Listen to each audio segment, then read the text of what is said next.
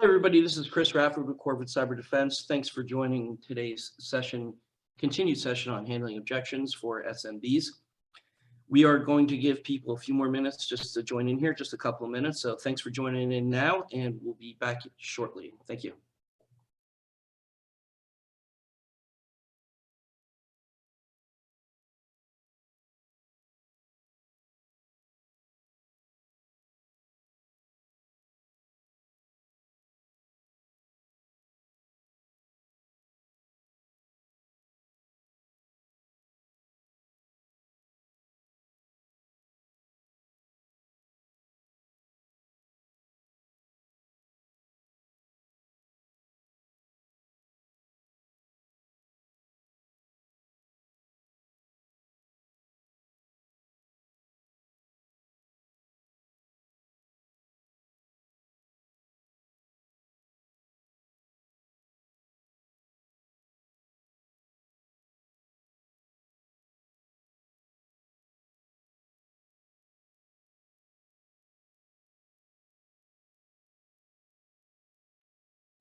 Everybody, this is Chris Rafford again from Corvid Cyberdefense. Thanks for joining the webinar here today. It's a couple minutes after 12, so we're going to again get started. I'm also joined here today by John Britton. He's the Technical Director of Corvid Cyberdefense. We'll have him join in here shortly. We'll go ahead and go to the first slide here and just kind of give you some overview on exactly who we are before we kind of get into the meat of the presentation. For those of you who are not familiar with us, Corvid Cyberdefense is a cybersecurity as a service company or a managed security service provider specializing in the SMB market. We are part of a larger corporation called Corvid Technologies, which is a Department of Defense contractor.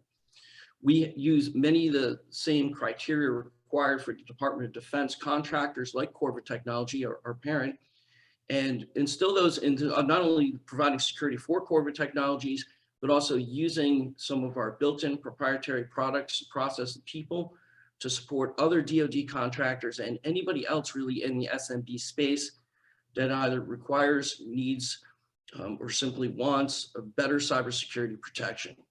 So at the end of our presentation, we'll give you a quick recap on some of the other things that we're able to do. But let's kind of get into the meat of what we're talking about here today. And about a couple months ago, we decided that with a lot of the folks that we work with that are out there positioning security for small and medium-sized businesses, that there's some common things that come up that can often get in the way of that conversation. It's not the fault of the SMB, it's not the fault of the partner. It's just, this is a relatively new field, and sometimes people kind of get bogged down in some of the technology and some of the base components for what it's required to provide and have a good cybersecurity posture. One of the things we talked about last time was kind of having cyber insurance as a backstop, and that's kind of all you really need. So we're going to kind of progress a little bit further into more of a proactive approach and talk about some things that comes up quite a bit. It's becoming more and more of a buzzword. We heard from a lot of partners that this is a topic they would like to discuss and learn a little bit more about. So today what we're going to focus in on this idea of what exactly is protection on a company's laptops, desktops, and servers. What does that look like? What is the next generation technology that's sort of leading that charge, protecting companies and organizations from threats? The techniques and tactics that are used by hackers and why some technologies, old versus new, and so on and so forth, might be better suited than others to live up to that task. And then the mechanisms of the support that might be needed, the other parts of that puzzle, if you will, that's designed to protect and ultimately protect those endpoints from threats, from ransomware, and so forth. Ultimately, the goal is that we're going to be better educated on these various terms, be more familiar with the technology, put you in a better position to act as an advisor so that you can have conversations with folks going forward. Because we often hear things like, well, I already have software on the computers to protect them. We use whatever the computers came with, or maybe something with Windows, maybe it was something that was installed like at a Best Buy or something like that maybe came off the shelf. Well, we haven't had any issues so far, so I think whatever it is that we're using might be fine, or I'm not sure what we use, but aren't they pretty much all the same? And so these are some of the things and various forms of this that we hear, where simply taking a base step for protection is deemed to be sufficient. So let's look at kind of like what's driving this a little bit. And a lot of this comes down to, at least recently, cyber insurance, which, as I mentioned earlier, excuse me, is a topic from a previous webinar. And one of the things that we talked about is that cyber insurance is becoming much more difficult to get. They have far less exposure out there. Premiums have increased, and the list goes on and on. It all has to do with a lot of the things that are on the screen here too. Regulation and security, frameworks that are mandatory for certain organizations or in certain fields where they're required to have it. That market continues to harden for cyber insurance. There's less exposure. There's higher premiums. Nation state involvement. I think we're seeing this literally unfold today in the news. So, and we've seen this with SolarWinds. We've seen it with Microsoft. The insurers know this. The supply chain attacks, not necessarily, if you remember the examples that we've used in the past, when Target got breached, it was because of the HVAC company and what their security looked like, and then sort of swam upstream to Target. They're more concerned about that kind of thing. They're maybe okay protecting Target, but they want to protect entire supply chain, make sure they have certain tools in place so it doesn't cause bigger problems. Of course, ransomware continues to be a major threat. And that's not just a technology problem, that's risk management problem, that's business loss, reputational damage, so on and so forth. So the list goes on and on. What ties all of these things together? What the insurance companies look at and say that what's the common denominator in all this? Endpoint detection and response, EDR. And that's why they're demanding that more and more. They don't care if you're a 10-person company or a 10,000-person company. They want endpoint detection and response. So EDR is a buzzword that we're hearing. It's going to be more and more of a requirement for every organization to have in place, especially related to cyber insurance. That's a lot of the reason why we're having the webinar here today, is to help you kind of work through that alphabet soup to have a better understanding on how this technology works. So let's kind of look at some of the tech side of it as far as frameworks go. The chart on the left is one of my favorite. I think you could sell cyber security services, portions of it, present the reasons why or the value just by using that chart on the left. Especially in the SMB world where identification is usually pretty well done, emails, usernames, passwords, knowing how many computers you have, so on and so forth. There's a lot more to it, but they generally do a pretty decent job there. A lot of the areas we refocus in on is protection. And certainly when we talk about ways to protect endpoints, again, meaning laptops, desktops, and servers, there's a variety of different ways to do that. A lot of businesses stop at protection or what they think is full protection. And if something happens to that protection, there's a tendency to jump across this framework and wind up in the recover box, which is where things like backup, disaster recovery, so forth fall, but so does cyber insurance. So now what you're seeing is it sort of being flip-flopped and saying, okay, the folks that are sitting in the recovery box, the cyber insurers, are saying, no, you need to do a better job of protection so that you don't wind up over here.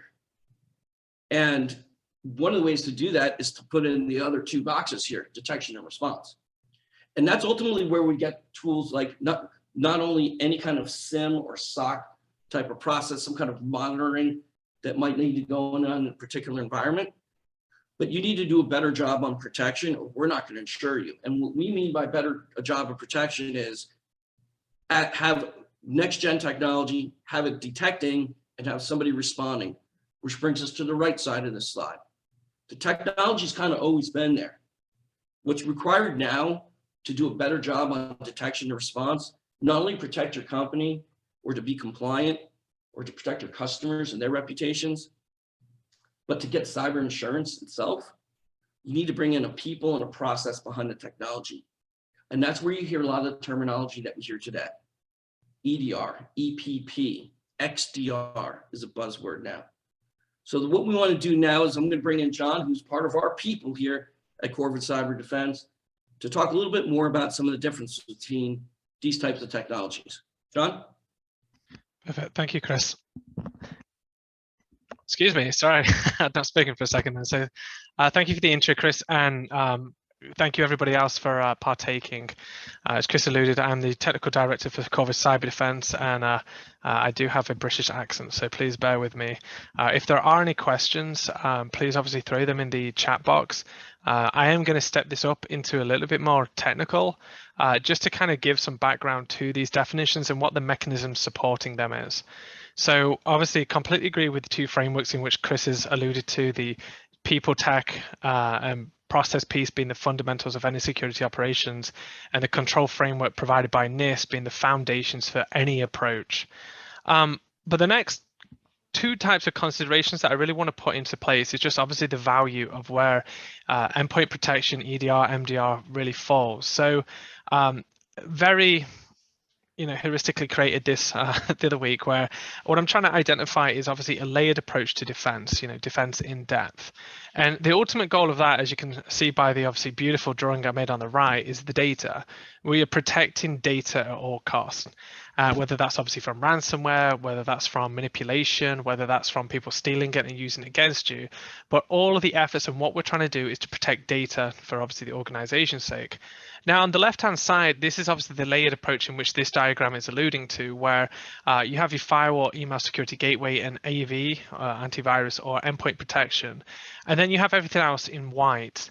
Now, the practices of this is obviously the first three pieces are the fundamental core values of security to any organization via a technology means, which should focusly be controlled by security-minded people.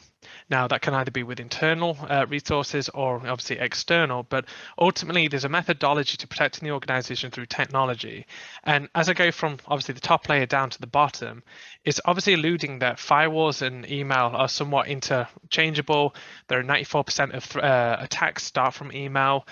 Mostly malicious and aggressive and most painful ones come into firewall. And all of these are all focused towards getting to the endpoint, the servers, the laptops, the desktops that users are using or storing data or mechanizing the function of the organization.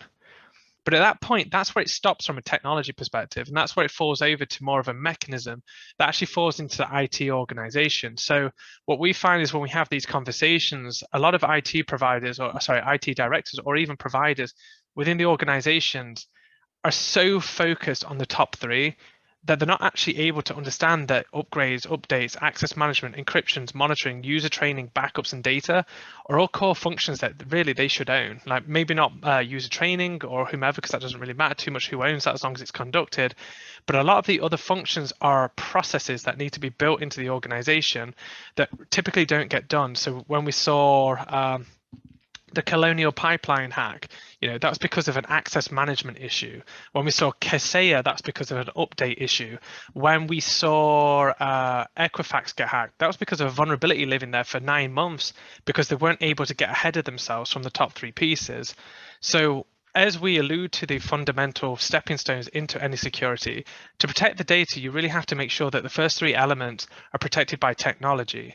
Firewall is and has always been an element that's been about for 20 odd plus years, before I even knew what computers were. And that's a function that has obviously existed for some time, and that's where the first target points used to be. Emails have got more susceptible because of the ease of being able to create these attacks, but then ultimately the last line of defense is the endpoint. And up to recently, the traditional based signature based antivirus was sufficient enough, but hackers have got more sophisticated, and therefore we've had to adapt our methodologies. As Chris alluded to, compliance and insurance are driving this heavily, because if you're not using the right technology, you're basically putting all your money on a reverse roulette table where I put all my money on red 25 and I'm crossing my fingers that my number doesn't come up, because if it does come up and somebody sophisticated is able to attack me and I don't have the right mechanism to protect my organization, I'm going to end up losing some of that money. Another methodology to talk through is obviously just a quick and dirty kill chain. And this is ultimately what we see very common, and again, is a little bit dirty just to get the point across. But from right to left, or sorry, left to right, you have an email that comes in. Again, 94% of attacks start in email. They then go to the end user. The end user then is manipulated, who then go to the website. They download a payload, and then ultimately are creating a mechanism to touch the endpoint, which, as you can see at the bottom right, that's really where all the data is. And obviously, once that access is created, the hacker has that capability of being able to do that. So by having a defense in depth on a multi-layered approach, you're able to create that security, but it all functionally falls down to the last line of defense with endpoint protection. So what is endpoint protection? Well, historically, we all knew it as antivirus. McAfee's, Norton, Semantics of the world.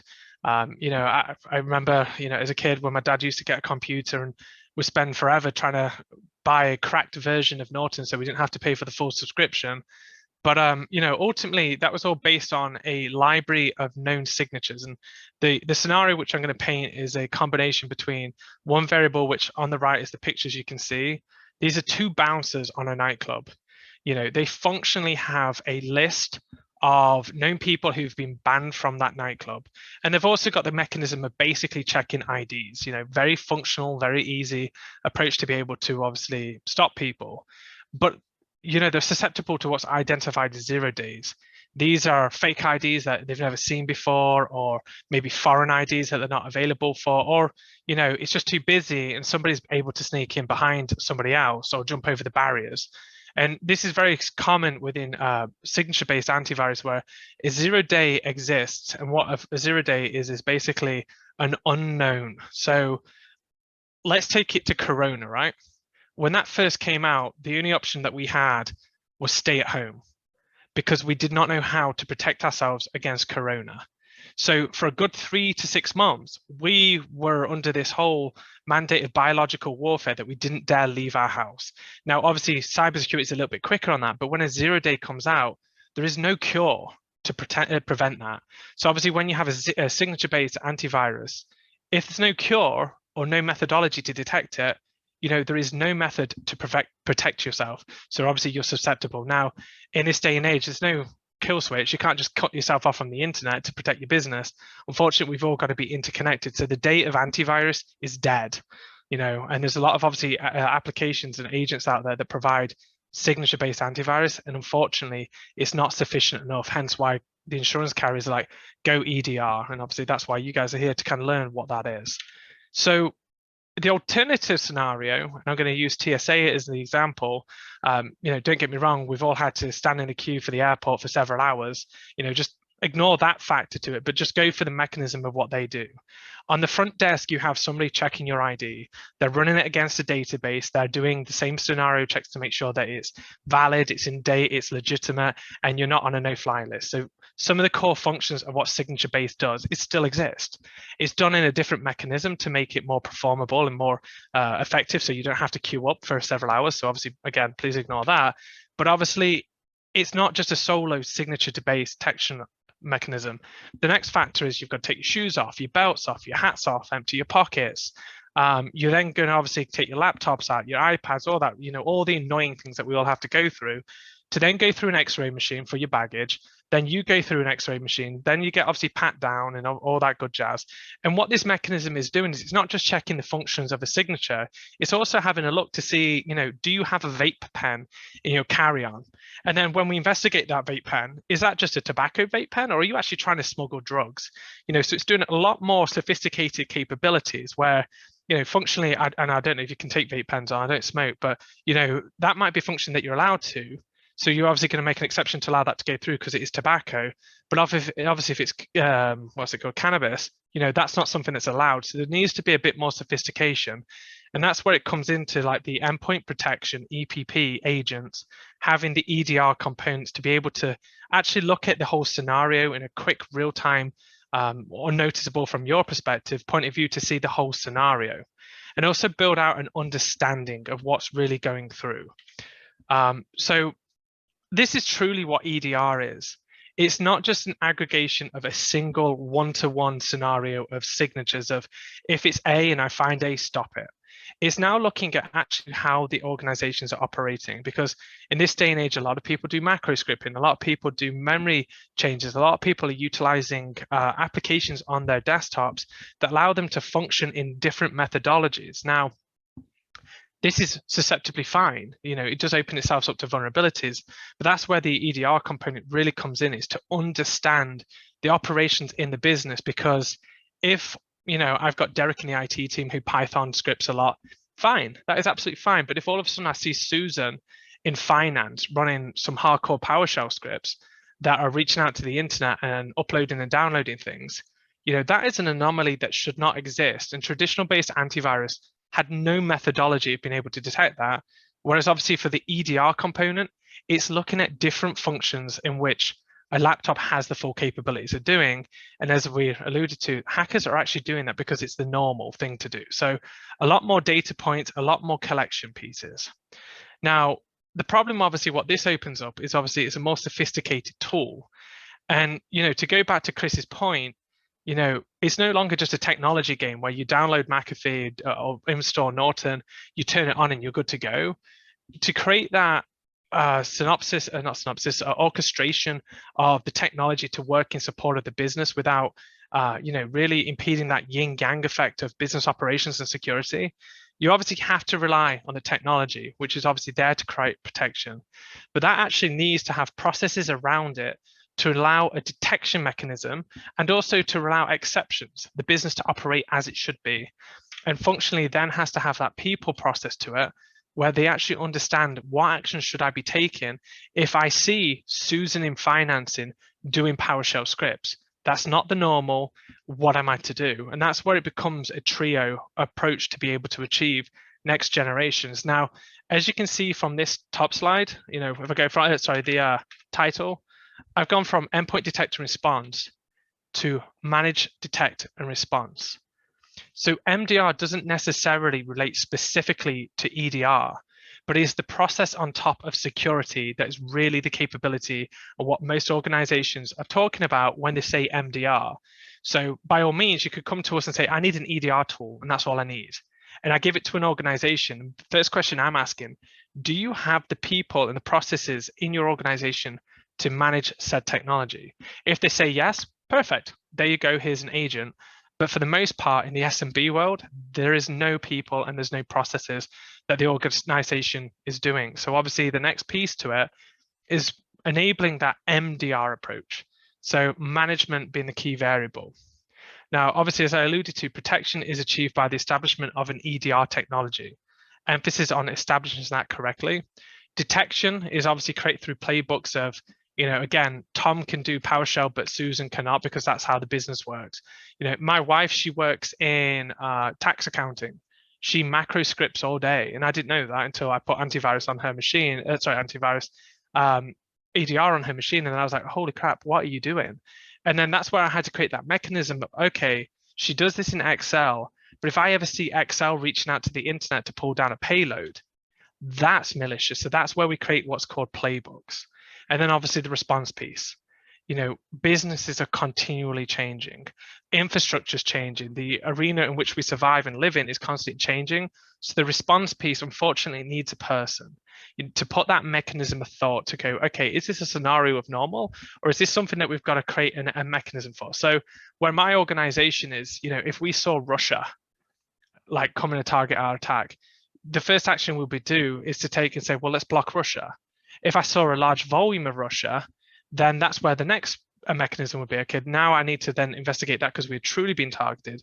But then if I got to see a next mechanism on top and top and top, and as it grows, my whole mechanism is to build an understanding and move people further and further away from the initial detection. So MDR, again, is the management around how you implement the technology, how you respond to the detection, and obviously what the response nature is to new detection methodologies. And predominantly, this is obviously an acronym that we hadn't alluded to that we're going to cover, but I just want to cover two pieces, and it's SIEM and SOC.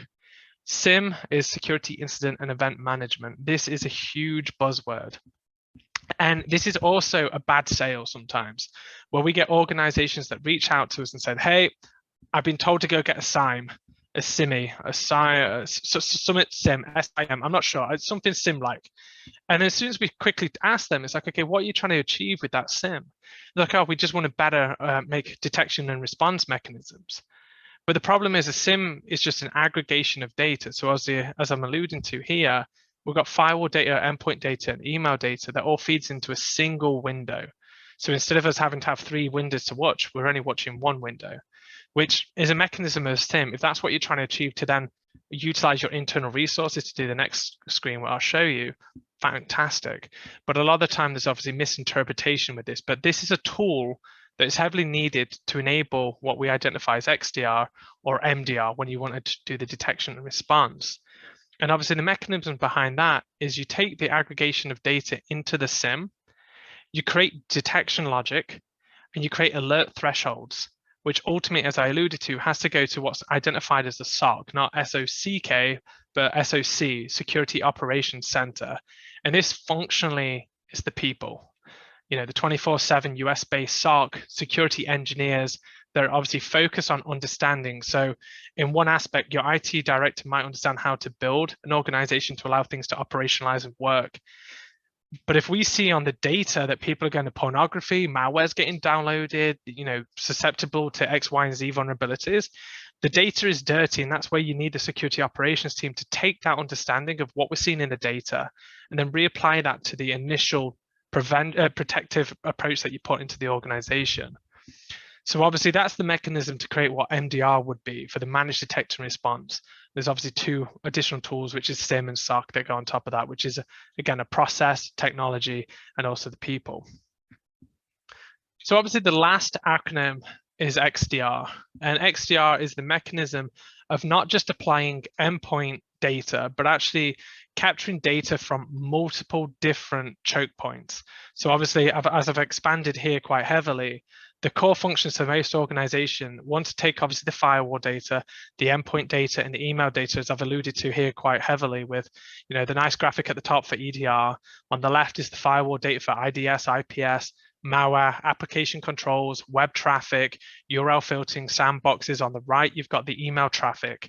And these are all things that come into play to allow a better understanding of what's happening in your organization, because your last line of defense is your endpoint.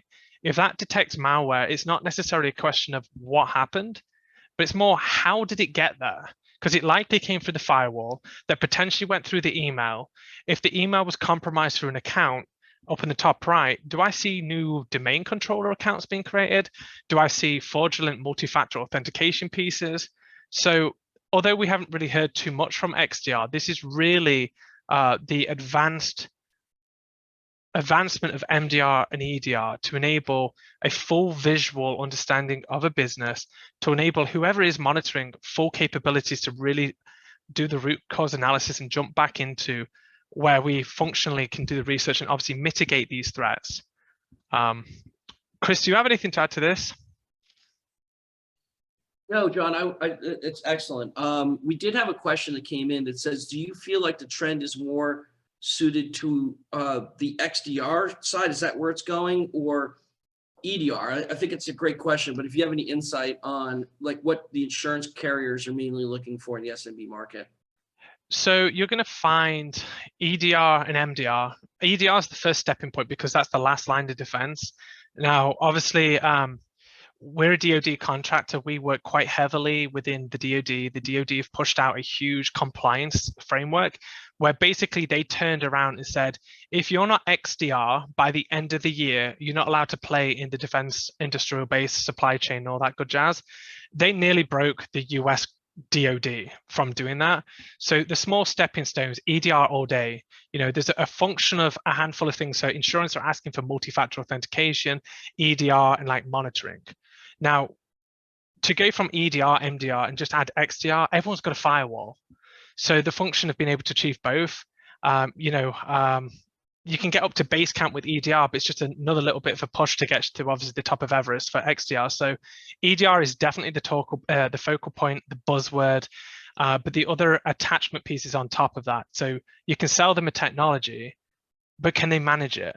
And just because they have the right technology, is it configured well enough to protect them? Because the last thing you want is you to say, if you go out and get Sentinel-1, you're completely fine. They install it, they don't configure it well. 6 months later, they get hit by ransomware. They're going to be pissed at you for saying that you'd be fine.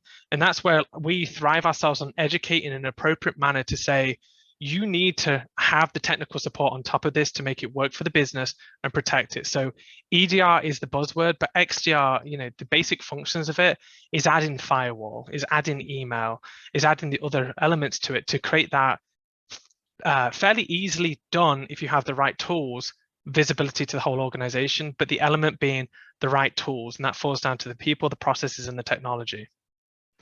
I hope Yeah, that that's answered the excellent. question. Yeah, absolutely. I think it probably did. I think that the bottom line here is that the more that a SIM and a SOC process and the people behind it can bring in more information, of course, the better things can be cross-referenced. So that's kind of that next evolution. And for a lot of what we're talking, of course, the goal here today was to just make sure that you understood some of this basic terminology out there so that you can have those basic conversations. As John mentioned, a lot of those aspects we do at Corvid Cyberdefense. We can help with the endpoint, with the network, with the email, bringing it through the SIM, bringing it through the SOC, and achieving ultimately that XDR. For immediate success out there and talking to the organizations that you work with, EDR is probably the main buzzwords that you're going to be hearing. Oftentimes they're required to do it in relatively short notice. And, with that being said, gives everybody an opportunity to not only help them get better protected, but to get that compliance covered, to get that vendor-to-vendor relationship certified, ultimately wind up getting the cyber insurance that they require. So some of the key takeaways here, of course, feel free to type in any additional questions here, but some of the key takeaways here were just that antivirus, quote unquote, is not all the same. It's what has always kind of been that way. It is evolving for a variety of different reasons. And now insurers or vendors are demanding the EDR and other technology to be put in place, maybe ultimately with the goal of being more of an XDR type of environment in order to check certain boxes. Making sure that you all are on this webinar are educated on the differences, that puts you in a better position to become more of an advisor, not necessarily to get in a fight with somebody over the fact that they may have that legacy or signature based technology, but just to be able to advise and consult on the differences and where the market's moving and where the compliances are moving. We're going to be sending out a technical paper on this to kind of reinforce some of these ideas. Make sure you get the terminology and the technology down. And as always, if you have any ideas on how John and I can help do these short little lunch and learns to give you some more information to better enable you to help your SMB customers, then we're more than welcome and more than happy to accept those. So with that, we're going to go ahead and close out here, short and sweet here at 35 minutes today. Hope you all enjoyed the information that we shared. The contact information here is on your screen. And again, if you need any assistance with any of this, if you have customers that are asking for this type of technology and you want to have a conversation with them, we're happy to do that. So we'll stick around just to see if any other questions trickle in. If not, have a great rest of your day and a great rest of your week, and we'll talk again soon. Thank you.